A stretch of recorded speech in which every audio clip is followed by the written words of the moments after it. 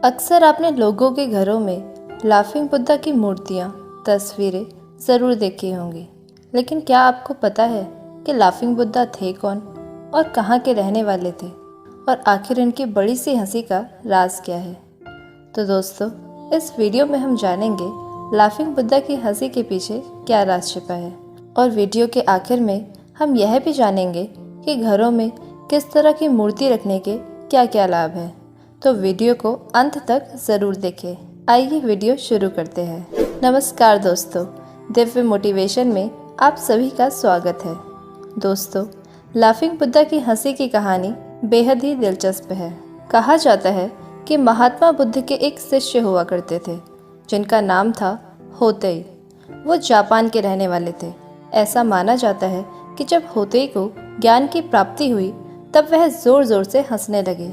तभी से उन्होंने लोगों को हंसाना और खुश देखना अपने जीवन का एकमात्र उद्देश्य बना लिया। कहा जाता है कि होतेई जहाँ भी जाते वहाँ लोगों को अपना बड़ा सा पेट दिखाकर हंसाते रहते।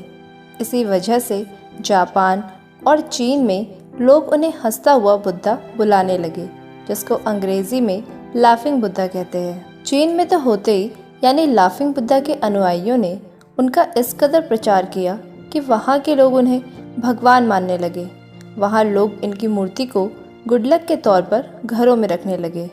चीन में लाफिंग बुद्धा को पुताई के नाम से जाना जाता है। जिस तरह भारत में भगवान कुबेर को धन का देवता माना जाता है, ठीक उसी प्रकार चीन में लाफिंग बुद्धा को ही सब कुछ माना जाता है। माना जाता है कि इनको घर में लाने से सकारात्मक ऊर्जा बढ़ती है। दोस्तों, अब जान लेते हैं लाफिंग बुद्धा की अलग अलग मूर्तियों के प्रकारों को और उनसे मिलने वाले लाभ को। सबसे पहले बात करते हैं लाफिंग बुद्धा की मूर्ति जिसमें वह बैठे होते हैं और उनके हाथ में मोतियों की एक माला होती है। ऐसा माना जाता है कि इस तरह की मूर्ति को घर के मेन डोर पर किसी मेज पर ज़मीन से 2.5 से 3 फीट की ऊंचाई पर रखें। इसे इस तरह रखना है जैसे लाफिंग बुद्धा बाहर की ओर देख रहे हो, और जब भी कोई घर में एंटर करे तो उनकी नज़र लाफिंग बुद्धा पर ज़रूर पड़े। ऐसा माना जाता है कि इससे घर में हमेशा सकारात्मकता बनी रहती है और घर में खुशहाली और समृद्धि आती है। दूसरा है थैला लिए हुए लाफिंग बुद्धा। ये वाले लाफिंग बुद्धा ऑफिस या दुकान के मेन गेट के पास रखना चाहिए। इसका फ़ायदा यह होता है कि इससे आपके इनकम के सोर्स बढ़ने लगते हैं और आपकी आमदनी बढ़ती है। लेकिन ध्यान रहे, लाफिंग बुद्धा का थैला खाली ना हो। अगला है धातु से बना हुआ लाफिंग बुद्धा। ज़्यादातर लाफिंग बुद्धा मिट्टी के बने होते हैं, लेकिन ऐसा माना जाता है कि जिन लोगों को डिसीजन लेने में दिक्कत होती है उन्हें अपने घर या ऑफिस में धातु के बने लाफिंग बुद्धा की मूर्ति रखनी चाहिए। इससे आपके निर्णय लेने की क्षमता बढ़ती है, पर ध्यान रहे मूर्ति खंडित ना हो और इसे हमेशा ऊंचाई पर ही रखें। अब बारी है मेडिटेशन करते हुए लाफिंग बुद्धा की। अगर घर में लड़ाई झगड़े ज़्यादा होते हैं, हर वक्त घर में कलेश का माहौल होता है, तो ऐसे में घर में मेडिटेशन करते हुए लाफिंग बुद्धा की मूर्ति को रखना चाहिए। इससे जल्द ही घर का माहौल शांतिपूर्ण हो जाएगा।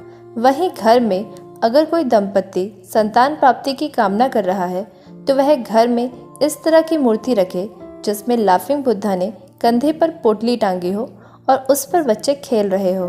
वो लाफिंग बुद्धा जो किसी नाव पर बैठे हो और उनके एक हाथ में सोने का सिक्का और दूसरे हाथ में पंखा लिए हो, ऐसी मूर्ति घर दुकान में खुशहाली और सफलता लेकर आती है।